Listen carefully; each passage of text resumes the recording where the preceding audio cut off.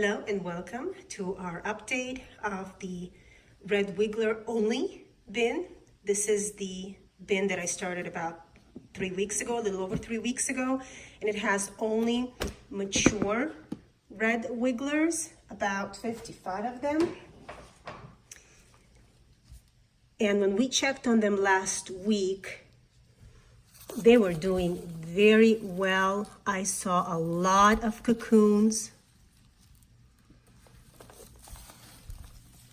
and a lot of happy, chunky worms.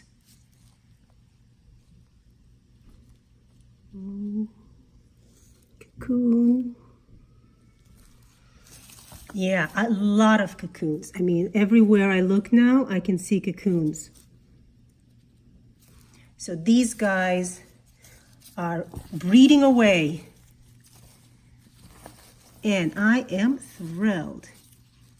Because honestly, from all the worms that I have, I think these were the least problematic for me. I went through ups and downs with the blues, climbing all over the place, with my European night crawlers losing their size and becoming super thin and small, African night crawlers crawling out and some dying, and these guys were the only ones who are so consistent. They just eat, poop, and reproduce. And I love that. So here is where we fed.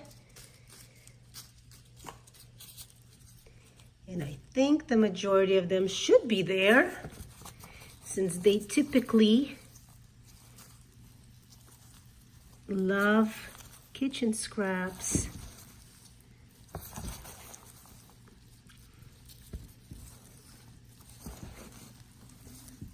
Yep.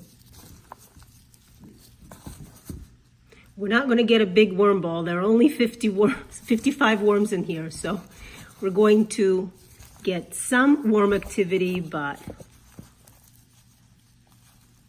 yeah, there's a lot more of them in here on this side, working over the food, but I don't see the food. I just see a lot of the bedding, the leaves, the egg cartons,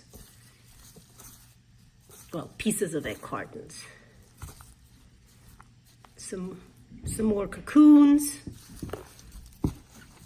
So they did finish whatever was in there. They did finish that. So we'll feed them. Let's see. Should we move them around? Well, normally I try to feed corners going around, but there's so few of them. Don't want them chasing the food. So I'll just feed them in this area right here, next to that corner. And this is just some old grapes, some tea leaves, and I already put the coffee grounds and eggshells in there. Just a couple of, well, a few ounces. I'm not giving them a whole lot of food, but a few ounces until they build up their population. Once I see that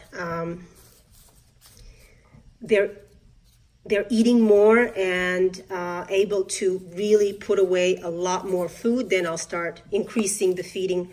It's always incremental for me because I don't want to overfeed the bin. But you can see that there's a lot of bedding material, the leaves, the large pieces of egg cartons here. So they have a lot to work over, and it will be really interesting in about 3 months, 4 months or so to look at this. It's going to be unrecognizable.